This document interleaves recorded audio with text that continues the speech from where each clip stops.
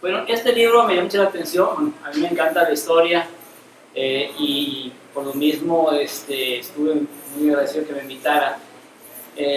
Primeramente, un poquito de conocimiento básico. Manuel Paino, bueno, es un escritor mexicano. Su obra clásica es Los famosos bandidos del Río Frío.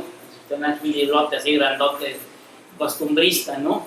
Y tiene uno que también a mí me gusta mucho, que se llama El Fistón del Diablo, se los recomiendo, ¿sí? Es una novela que él va haciendo por capítulos, donde, no quiero agrandarme mucho, pero el diablo te regala un pistón, y con eso tú te conviertes en malo, y puedes hacer cosas malas, y así, ¿no? Entonces, es un libro muy interesante para su época.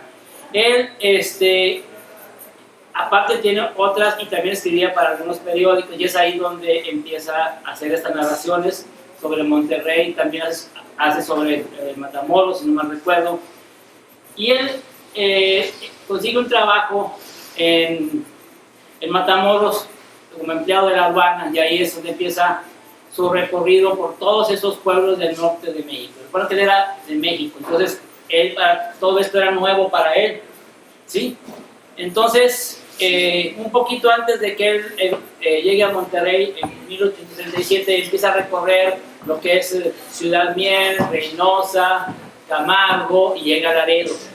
Y de Laredo él decide ir a conocer Nuevo León. En ese tiempo, en 1844, solamente existían lo que se llamaban los caminos reales, que iban de un lugar a otro, pasando por diferentes. Entonces él hace un recorrido, llega primeramente a Lampazos, y ahí conoce, luego llega a Vialdama, a Sabinas, en Hidalgo, se regresa, y va a pasar, como él dice, por todos esos pequeños pueblos, ¿sí? Era época de guerra viva todavía, o sea, los ataques de los indios en esa época se daban bastante todavía, principalmente en la época de invierno, que era cuando faltaba alimento, y ellos se dedicaban a robar principalmente. Y llega en 1844 a Monterrey. ¿Cómo era Monterrey? ¿Quién lo gobernaba? ¿Quiénes estaban? ¿Qué había de nuevo aquí? Bueno, el gobernador era don José María Ortega. Él había sido un soldado realista cuando la independencia, que después, como todos los realistas, cuando ya vieron perdido, ya todos se volvieron insurgentes, ¿verdad? Entonces él ya se queda como general en Nuevo León y llega a ser gobernador. Y en el municipio también, igual de esa forma, era don Manuel Antonio Morales el alcalde. ¿Qué importancia tiene ese año? Bueno, ese año hay que recordar, fíjese la época en que él llega, Paino, una época donde había ya problemas, porque Texas ya se había separado. Entonces los rumores de que se iban a invadir México y eso ya estaban muy fuertes. Recuerden que la invasión fue en el 46, entonces ya estaba esa problemática, ¿sí? Muy fuerte en esa época. Las noticias llegaban, rumores de todos lados, y siempre la ciudad estaba en un sosiego, en cualquier momento podían ser invadidos. En ese año, algo que me llamó la atención también, cuando él llega, es que se crea el primer reglamento de alumbrado público y serenos. ¿Saben los que somos serenos? Los serenos son lo que ahora le llamamos policía de barrio, ¿sí? Más que se iba en la noche con un candil y decía, son las 12 y sereno, o sea que está todo tranquilo. Pero aparte, ellos llevaban su pistola para cualquier cosa. Entonces, era una forma de vigilar la tranquilidad de Monterrey.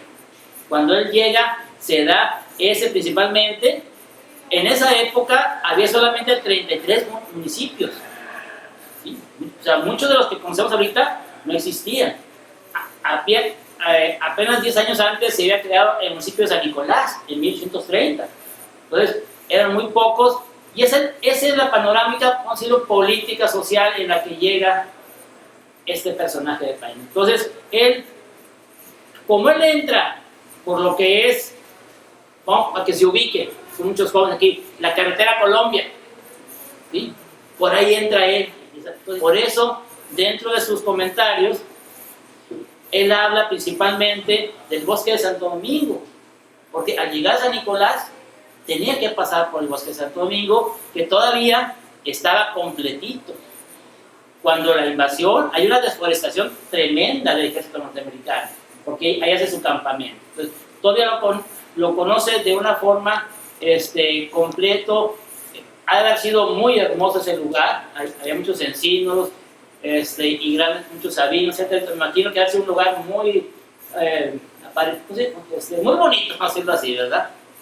Sí. Igualmente, cuando uno viene bajando de ese lugar, tienes todo el panorama. Ves el Cerro de la Silla, ves el Cerro de las Mitras, no menciona a mi Cerro del Top, porque está muy feo, pero no le hace, ¿sí? Pero toda esa panorámica, entonces ve completamente el valle. Yo soy muy observador, cuando uno viene por esa carretera, o por la carretera Laredo, hay un momento en esa carretera, saliendo de Victoria, que tú ves, bueno, cuando se puede ver, ¿verdad? Como dices tú, está todo contaminado, se ve todo el valle. Entonces, ha de haber sido una cosa muy bonita el llegar a Monterrey.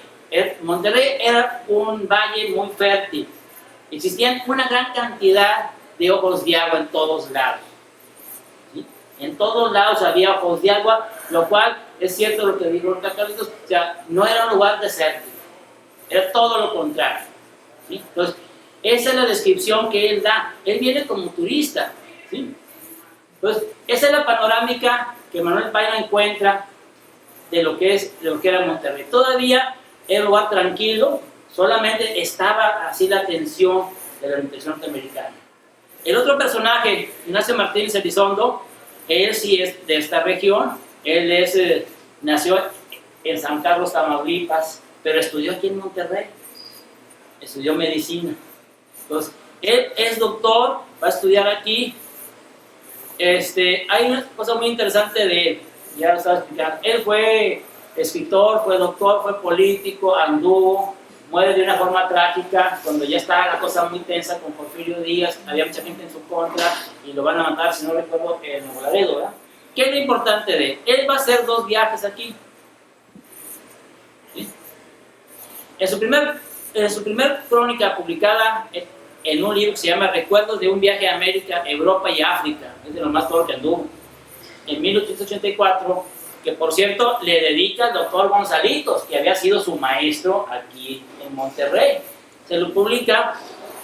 En el capítulo 55 es cuando él hace esa narración. Él venía de la ciudad de Tula, Tamaulipas, Tula también, Tula Hidalgo, ¿sí? Venía de Tula. Entonces, y él menciona que llega el 20 de noviembre de 1875, venía a visitar a una hermana que él aquí tenía.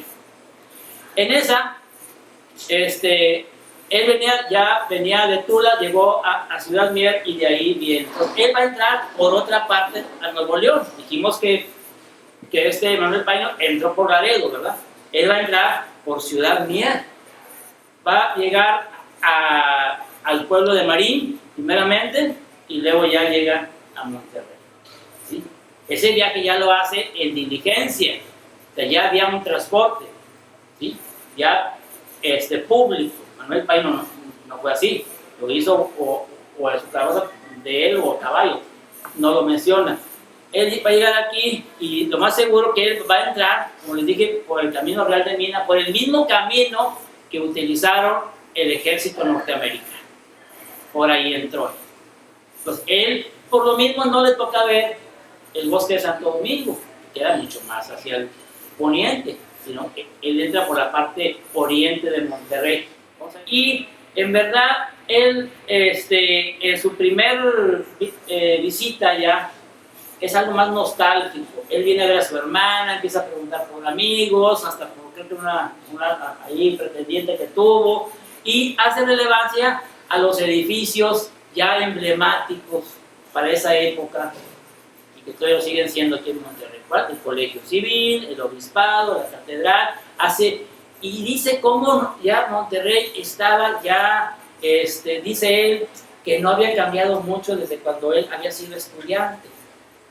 Entonces, más o menos, claro, recuerden que la vida en ese tiempo iba despacio, no es como ahora que en menos de 5 años ya hay 200 colonias nuevas, iba despacio. Y yo me di cuenta en ese sentido, de que él en ese primer viaje hace una descripción ya más, ¿cómo les diré? Más de nostalgia. Y hace la comparación entre Matamoros y aquí, etcétera, el ambiente que se vivía de tranquilidad, de un lugar apacible para vivir.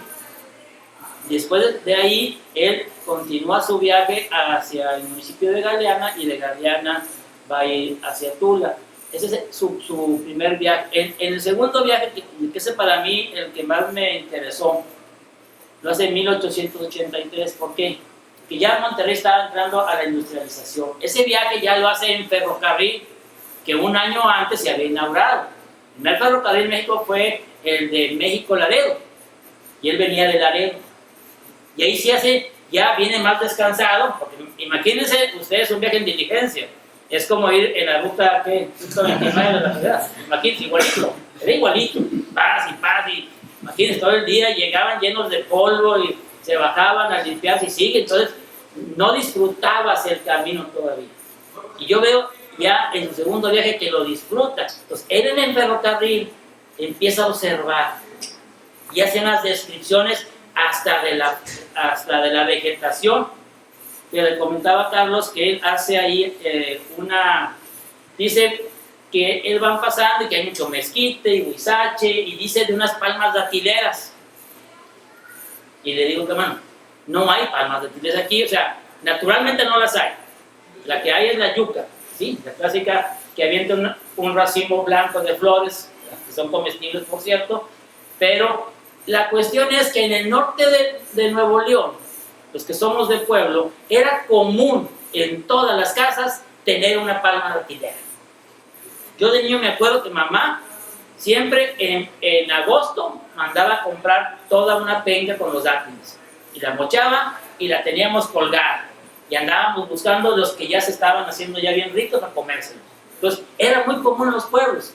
Lo más seguro que él, al pasar por Villa Aldama, ¿sí?, de seguro vio mucho esa palma, que esa parte es mucho más alta, es 3 veces más alta que la palma de aquí, por eso la menciona. Esa es mi teoría de que por qué menciona ese tipo de palma. Y ahí en ese segundo relato que él hace, va narrando los cerros. Pues él viene exactamente, aunque lo voy a repetir, es la carretera a Colombia. Ahí viene, entonces, al pasar de Villaldama a San Luis Victoria, pasa por un valle donde hay 2 sierras. Al lado poniente la Sierra de Gomas y al lado oriente es la Sierra Santa Clara. Entonces él dice que pasa por un valle donde la sierra se va achicando hasta llegar a Monterrey y terminar en el Cerro de las Mitras, dice él. Como le digo, él va viendo muy bien y hace otra cuestión que se ve en modernismo. Fue un cambio muy drástico de su primer viaje y de su juventud a esto. Y él dice de que se da cuenta que ya Monterrey se empieza a gringar, a ser afrancesado, porque antes de llegar a Monterrey le empiezan a entregar folletos o panfletos en inglés y así. ¿Pero por qué? Por eso, pero también una cosa, las últimas 2 estaciones que tenía la carretera, la vía Laredo, antes de llegar a Monterrey, era la estación del Topo y la estación Ramón Treviño. La Ramón Treviño, exactamente, los voy a ubicar, está ahí en el paso, en Barragán, en la Joroba, antes de llegar a un tal semáforo, que es el Lerdo de Tacada, ¿verdad? No sé. Bueno, ahí, abajito estaba la Ramón Treviño. Y más para allá estaba el Topo Chico, el Topo. ¿Por qué ahí se entregaban panfletos? Porque en el Topo Chico ya había un hotel, el Hotel Nuevo León, el Hotel Marmo. Y esos hoteles estaban los baños termales. Era ya un atractivo turístico. Entonces, por eso mismo ahí empezaba, porque ya después de ahí era llegar a la estación de Monterrey. Y ya no había más. Y algo que me llamó la atención también, que se vuelve a repetir. Yo siempre digo que la historia se repite en muchas cosas. Para irse a Saltillo se va en diligencia. Y dice, el camino está pésimo, desastroso. Quién sabe qué me recuerda, ¿verdad? Pero eso es igual ahorita. Tú quieres ir a Venosa, a Sabinas, o sea, a Laredo, las autopistas, bien. El camino original lo descuida.